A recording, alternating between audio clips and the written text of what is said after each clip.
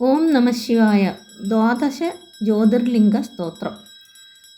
സൗരാഷ്ട്രേ സോമനാഥം ച ശ്രീശൈലേ മല്ലികാർജുനം ഉജ്ജയിന്യാം മഹാകാലം ഓംകാരം അമലേശ്വരം പരല്യാം വൈദ്യനാഥം ച ഡാഗിന്യാം ഭീമശങ്കരം